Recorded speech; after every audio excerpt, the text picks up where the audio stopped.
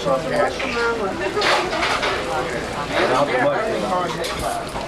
be nice. Hello, darling.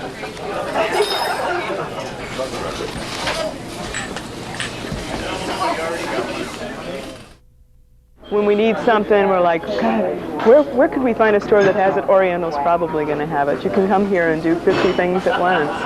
From your film to mailing a letter to buying a plant to getting a card for somebody's anniversary to a few screws to fix something to a shower curtain. I mean, you can get anything you want here. Got hardware stuff, nuts, bolts, duct tape, electrical tape, extension cords. Wires, lights, nails, razor blades, rubber gloves. You can get your vitamins, your prescriptions, candy, liquor. And I brought my watch here.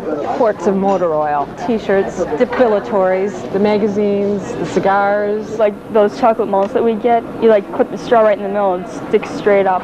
You understand the distinction between poached eggs on top of the toast or poached eggs in the bowl. By the way, this cost me 85 cents, but I got 15 cups. So it's cheap, you know. Price is right. It's just this real kind of sloppy, but good, heartwarming food. You know, it warms people's hearts to be here because there's not too many places anymore where you can have, you know, True Americana cooking. Connections with people. Most places, you know, you have to have your own separate table and everything. You know, nobody wants to be near each other or talk to each other. And here you sit right next to strangers and start having conversations. It's great. It's a real mixing place. Are you talking to me? You see people you haven't seen for years here. I know, I'm always running into It's like people. 5 years later. This is where you'll see them. When I was younger, I'd have crushes on guys, and I'd just sit around waiting, and they'd always come in. There's one now. I've been coming here since 1948. 1948. This is my friend here, my future wife. I guess we met with this next to this napkin holder, an old napkin holder number 19, right here.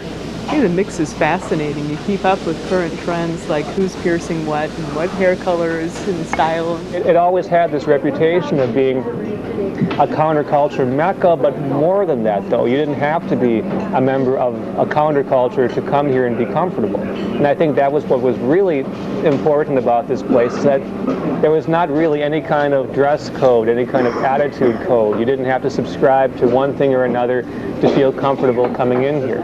You could be a Republican, a Democrat, an anarchist, a socialist, whatever you may have been, and you could sit down here, have your coffee, and feel as much at home as if you were in your own kitchen. It's the aura. Over the years, it brought itself about. Mr. Eglash is very comfortable with everyone who comes in here. I think he handles situations that are unpleasant in a great way. It's very easy to feel comfortable sitting at this setup. You know, you can come in on your own and feel like you have a family sitting at the counter and chit-chat with them, you know. Everybody knows the waitresses' names. Another customer will sit down, they know the customer's name. It's the way that communities used to function, I think, all the time, everywhere. And it has become less and less of a possibility for most people in most urban situations. And here's where our friends are. Here's where the people are, you know. I get up in the morning now, live by myself. I said some every I don't want to eat alone. How often do you come? Every morning. Unless we're sick. Yeah. And we're here. What keeps you coming back? Oh, I love the people. Everybody feels nice to me. Everybody shoots a ball around here, one way or another. Like a family deal. You guys want to sit back here? Individuals have impact on a number of people's lives, not in a huge way, not in the way that somebody who owns Osco could close down whole neighborhoods, but in small but meaningful ways. And it's built on being able to depend on a few things that don't change. I just realized that the East Side is going to be missing a very large part of itself without the Oriental. My mother used to come here, my great aunt used to come here. My grandparents and my father and everyone used to walk these streets and visit the Oriental, and it's a big thing. And this is like home. Yeah. I mean, there's always people here. It's a good place to get a decent meal at a reasonable price. We've been here on holidays, and the employees make it very special for all the guests. One Christmas morning, they were all standing by the door. When they unlocked the door, they were all singing, "We wish you a Merry Christmas." I mean, you don't find that anywhere anymore. It's all part of the old school. I have an electric wheelchair that I come down here, and it's close. I only live 2 blocks away. I can sail down here in 10 minutes. I'll get the prescription, and I'll have a coffee, and I'll take off for home. My concern is, what are the customers going to do? We have a lot of retired folks that come in, and there's one woman in particular, this sweet little lady who comes in every single night and has her cup of coffee, and she has a little cup of soup and maybe a sandwich, and she's the sweetest lady, and I honestly don't know where she will go, where people will be concerned about her. I don't think that it's an exaggeration to say that some of them are just going to waste away as a result of it, because we'd see people in there for every single meal of the day and picking up the things that they needed, groceries or whatever. People who lived in the neighborhood, older folks who probably didn't have too many other social outlets, and possibly, who knows, maybe they're not eating as they should alone in their homes or in their rooms now that they don't have the Oriental to go to anymore. Makes a lot of the senior citizens just have no one to talk to. Just talking to them those few extra minutes means the world to them. That happened a lot, you know. Or when I used to work holidays and you knew that person didn't have a family, it made you feel real good that you looked forward to seeing that person on that holiday. There are some people who this is their only social interaction, and they need that in their life. And it comes back to the acceptance again, because they're accepted here, whereas they know they won't be in other areas.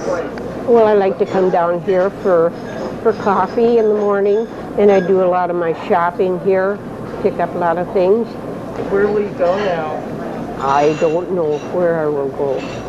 Oh, I'll find some place, but I'll miss this place, that's for sure. So I think I'll feel kind of sad, kind of lost. You know, I see they've just put a sign up now that OSCO says they deliver. Well, that's nice, but that's certainly not the same as an independent, just, you know, sat next to a lady at the counter, blind woman. You know, it's not going to do the same for her to have her drugs delivered to her house. It's not going to be the same.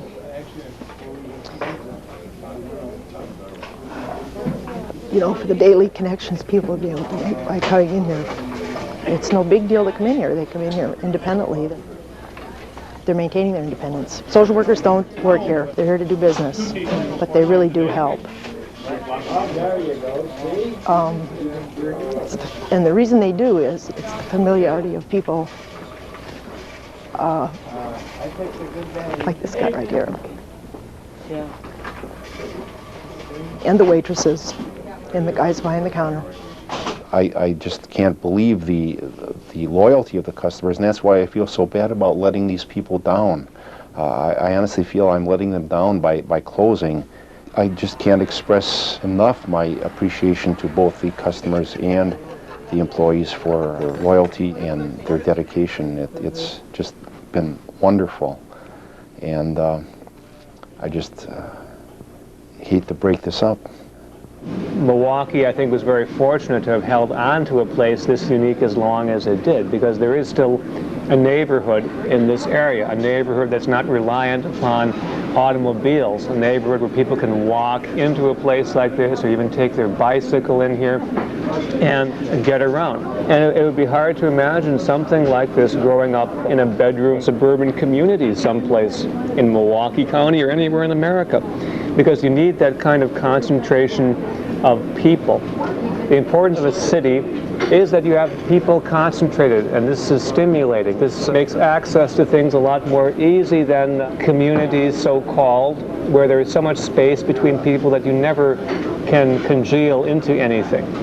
And the east side of Milwaukee, this neighborhood, has always been a real neighborhood. It remains one. the importance was that this was really the nexus, the nerve center of it. It's one of these things that's just been here for years, and you always, it's just like a friend. You always think you're going to see them again. It's always going to be there, and then boom, one day you find out they're going. And it's just another victory for certain social and cultural forces that I find questionable, if not reprehensible. I want to go to a protest because it seems like it does really good business too. It's always busy, you know. What's the marketplace economy if a place that's always busy can't stay afloat, you know? We were actually losing money by filling prescriptions, and that is the main part of our business. We get about $2 for filling a prescription. The bottle costs 40 cents. The label costs about 7. The charge for sending it to the electronic processor, I think, is 12 or 18 cents. Insurance companies set the fees that you're able to charge, and the fees that we're able to charge are below what our costs of filling prescriptions are. So essentially what happens is the pharmacy department becomes a loss leader for the rest of the store. We initially tried to sell it to some independent pharmacists who might be able to continue the operation, but no one really was interested, again for the same reasons that we decided to sell. The fact that the economic future of independent pharmacy is very clouded now, especially with Osco's intent to open up 35 stores in the Milwaukee area. They close at 8:30 now? They don't close at 10. On Sunday they close at 6. It's a travesty. They used to be open until 10 every night. And I'm still mad at them for closing at 6 on Sunday. And that's been a couple years now. So, I mean, I will never get over this in my life. I think by some miracle this place has to be saved. And that's all there is to it. If I had the money, I'd buy it. I happened to see an ad in the paper. It was a blind ad offering to buy drugstores. And I answered the ad, and it turned out to be an ad from Osco. And apparently they were running this ad in an attempt to buy out drugstores and thereby buy customers, so to speak. There are a lot of places that just went bankrupt. Selling it while it was still a viable business that hadn't lost money, that hadn't hurt anyone, didn't damage any supplier, you know, the little guys that supply you, that didn't leave them with big bills. There's been a dozen pharmacies in Milwaukee closed in the beginning of '96. All the F&M pharmacies went out. There's 4 pharmacies on Oklahoma Avenue went out. There aren't many of them left. Yeah, I was just thinking about where I'm going to get prescriptions now because I'm not going to Walgreens and I'm not going to Osco. So, yeah, what's left? I encouraged a lot of people to go to Brady Street or Hick, because these people are going to be hurting too. Something that you work at very hard for 28 years and then to watch it go down the drain, so to speak, it's very difficult. It's a very important corner to me.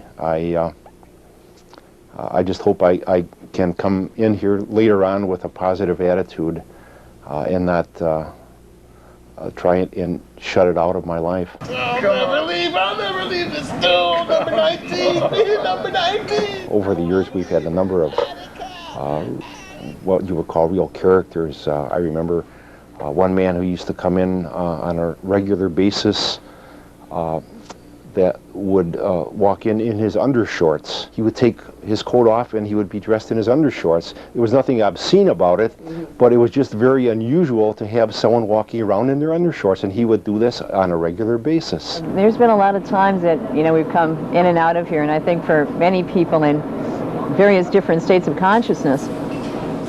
A gentleman, I would guess to be in his early 40s, carried around a teddy bear with him. And every time he came in the store, he was clutching a teddy bear. And he would sit down and have a cup of coffee and put his teddy bear down on the counter next to him. There was a guy who came in and started freaking out. He ran over to the payphone and dialed 911 and requested an ambulance to come over immediately because he had been frozen for 25 years and had just thawed out and couldn't figure out what to do. Yeah, you learn to sum people up as soon as they walk in. You can tell, if they're going to be anal retentive, and you're really going to have to work for your tip, or if you can tell that they're here on a, lunch, they've got 20 minutes, you're going to have to hurry, you're going to have to work them in, or if it's a bunch of kids with red hair and spikes and stuff that you can, loosen up a little bit, joke around, and you do have to protect yourself because you don't know who the customer is or what that person is up to. It is a city. And there are some strange people. Yeah, there were some pretty dramatic moments involving handcuffs and chasing people down the street, and the hardware dudes thrashing it out with shoplifters on the floor. And we were also expected to be security, which meant we had to deal with drunk, belligerent people a lot. Generally that was just entertaining, you'd have some guy that was stumbling drunk and sometimes you'd have to help him stand up and push him out the door or whatever, and that usually wasn't a problem. Probably the most memorable thing that occurred here, one of our employees was married inside the store. my husband suggested it as a joke, but I thought it was a wonderful idea. Our first date took place from the Oriental. It was a really dear place to both of us. I asked Mr. Eglash if we could get married there, and he was he just didn't know what to make of it. You should have seen his face. It was really cute. He was utterly baffled at the request. And he said, I don't see why not. The day before the wedding, Mr. Eglash had called me on the store phone, kind of sneaky, and said, do you have any special colors for your wedding? So the Eglashes were putting up green and purple and white bells and crepe paper streamers all over the grill, which we still have. I am very pleased to pronounce you husband and wife. I invite you. It wasn't just the loss of a job, it was a lot more than that. It was the loss of part of my social life, I have to say. Not only behind the counter, but even after hours, I would eat there sometimes or meet people there. I can't imagine for someone who's been here 20 years what they're going through, you know. Been here for 24 and a half years. Came here for 1 year in 1972 as an intern. Came with acne and left with no hair. When the Oriental closed, and that Sunday morning, I thought I was so edgy at home because I always worked Sunday mornings. I always saw these same faces, you know. I felt like my whole family was gone, you know. I miss the children that I've seen grow up from little on. Recently, a little kid about 5 years old came up to me, and I was by the bakery, and he said, "Didn't you used to work at the Oriental?" Just walking around on the east side or downtown, I always see at least a few people from the Oriental. And they'll just come up to me and they don't really know my name or something, but they remember me and they're like, "Oh, how are you? What are you doing now? Where are you working? So did you go work for that Osco place?" Yeah, that was the question I got asked from everybody. "So you're working for Osco now?" And I'm like, "No." Oh, what are you up to now? Did you go to work for that Osco's? I always respond, hell no. I can't really say I'm enthused about going to work for a chain, but I'm going to try it anyway. Osco might buy up the rights to the records at Oriental Drug, but Osco cannot buy me up. Why not? Because I'm not interested in Osco. Osco won't give me this. Someone would come in, they needed their prescription, they were really broke, they didn't have the money for it, they didn't have insurance, and he'd be like, "I'll let you take it, pay me when you can," kind of thing, you know.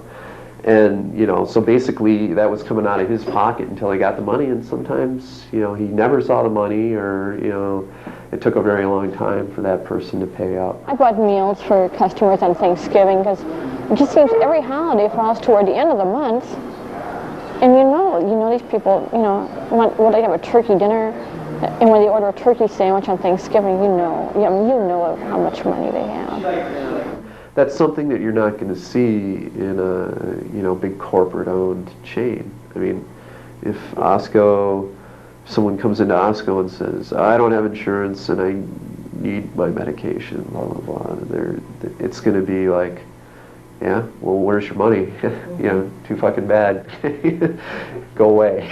You bring in a chain, something owned by corporate office somewhere in another state, it's going to suck the money out of the community. The people who care are going to come here from Chicago. So we're all going to be better off, I'm sure, in much safer and better hands. Milwaukee is still a small city. It's not big enough to support that much. And someone should realize that on the city government level, should have said, no, you can't come in. We don't have a market for this, and you're coming in. It's going to screw up everything. You know, we got to, you know, things balanced out just right now. You're going to tip the scales out of whack. Nothing was done. I'm very disappointed about that. I don't know if there's anything that any one of us could have done. It's systems that are beyond us. It's the medical system. It's the way insurance companies run. It's, you know. Managed care companies only want to deal with large chains. It's easier for them to do that. That's symptomatic of what we can all expect in terms of the kind of health care we're going to get in the future. And those of us who have outlier needs, I mean, a little marginal, you're a little too disabled, a little too, you know, don't fit in, they're not going to be able to accommodate the people at the margins. To see such a unique thing go is really kind of disheartening, because uniqueness is what gives us all our individuality. It's just a shame that interesting marquee signs or whatever, the visuals are kind of getting a little more bland, and make Milwaukee less Milwaukee, make Chicago less Chicago, make West Bend less West Bend. There's nothing to separate us from the next county. There's a real character to this place that you're not going to get at a Walgreens. You go through a Walgreens anywhere from Providence to Sacramento, they're all the same. It's like you were there and you weren't there. There's no there in these other stores. There's some place here that you could always remember, even after this is gone, we'll remember this. Again, there used to be more places where you could get a good meatloaf, mashed potatoes and gravy, and even that is becoming more uncommon. Or if you get it, it's for $12 a plate at a kind of gentrified recreation of what this really always was. My question is, what's the matter with reality? Why can't we have reality? Why do we always have to be recreating a reality that we're killing? That's been one of the tragedies of American culture, at least from after World War II, where you pave everything over, you cover it with plastic, you homogenize everything, and yet there is still a desire for the thing you've just wiped out. You can't open a chain and buy the lanterns off the ceiling and hang them up and expect it to be quite the same. These kinds of chain restaurants, chain nightclubs, chain diners, everything is planned out in a boardroom someplace, people trying to imagine what real people would enjoy, what would make real people happy. If you have to imagine that, then maybe you've already missed the bus somehow. That sort of experience that you become sort of numb to things. And this is a place that you're not numb. You know, you feel alive, and you see people around you who are alive. Maybe people get, I don't know, I'm kidding myself, think that people are going to say, oh, you know, maybe we really lost something there. Next time that happens, but that's the story with preservation all the time. Oh, you know, the next time it's going to be different. They always get nice, really old buildings, the colonial buildings, and they figure, well, that's something we should save. It's real hard to get emotional about sort of a 1930s, 50s type of drugstore. They do that sometimes, but there's not many champions for something like this, which is why, you know, people don't see the value maybe until it's too late. But when it's gone, and it's really gone. There must be some kind of human nature connected with that. You don't appreciate what's commonplace. The fact is that something like the Oriental Drugstore was once commonplace. People, I imagine, took it for granted that there will always be corner drugstores with lunch counters, full-service places, meeting places, marketplaces. And now it has become uncommon. Now we're at a point where people can really understand the importance of this, because it's a kind of a species of life that may not be with us anymore. This is just another corner that's got a little bit less character in a city that's sort of losing character over time. The effect of time is that buildings get torn down and people move away, and there's shorter and shorter memories, and after a while people just sort of move in, live here, go, and have no remembrance of where they were. Is it progress or is it change? They're not synonymous. It's almost as if big business is trying to control people's choices, I think. And not only choices of, let's say, a person to do their own independent business, but the choices of the people that perhaps choose to come here instead of Walgreens or any other chain. That choice is now eliminated. No options. I feel that young people growing up are going to miss the experiences that we've had with these independent stores. They're going to grow up only knowing of the chains and large mega marts, and they will miss the experience of these small, intimate, friendly stores where you can walk in and people know you by name and give you individual attention. But you see that not only in my industry, but you see it with the grocery stores, you see it with ladies and men's clothing stores. It's just changing that unfortunately the generations to come are not going to be able to experience. It's like, hey, by the time I'm in my 20s, everything from my youth is going to be gone, except for some stuffed animals I got when I was 5, you know?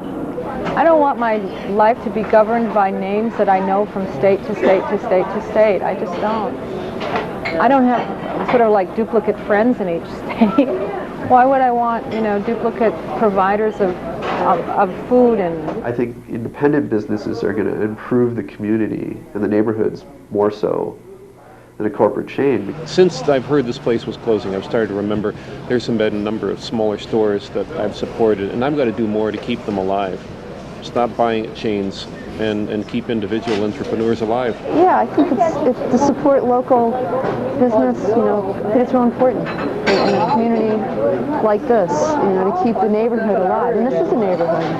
And Milwaukee has pockets of neighborhoods. And we're going to miss this one, this place. It's really going to be a big empty spot. Not just a building, but it's going to be empty in a lot of ways.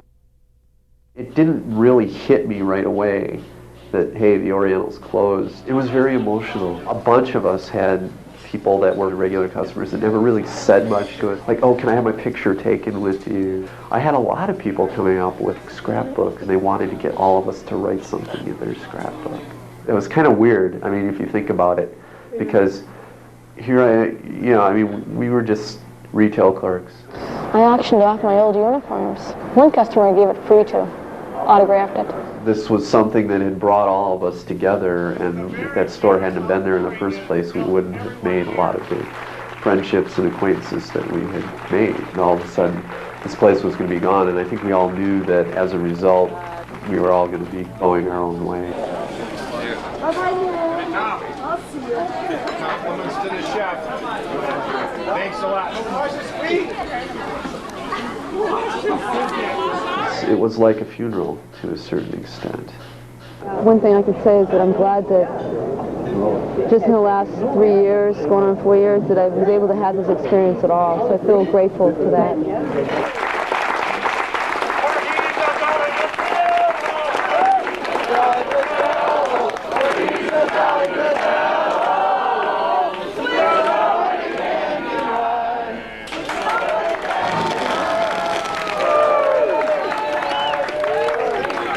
Actually, I thought, how am I going to feel the day that the store closes, when I have to walk into this store when it's empty and there are no customers in this store, no employees in this store. I think that is when the reality will really hit me. What really makes the store exciting are the people, and the store by itself without people, I think, will be very depressing. And I do not look forward to walking into the store the day after that it closes. It's just the beginning of the end of an era of the corner drugstore.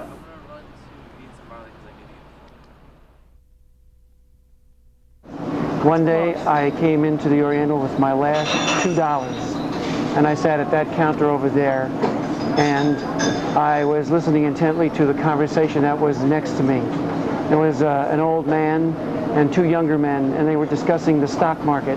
And the old man told the 2 young men to buy shares immediately in Sara Lee, the Sara Lee company, Sara Lee Bakeries, that they were going to split and become very big.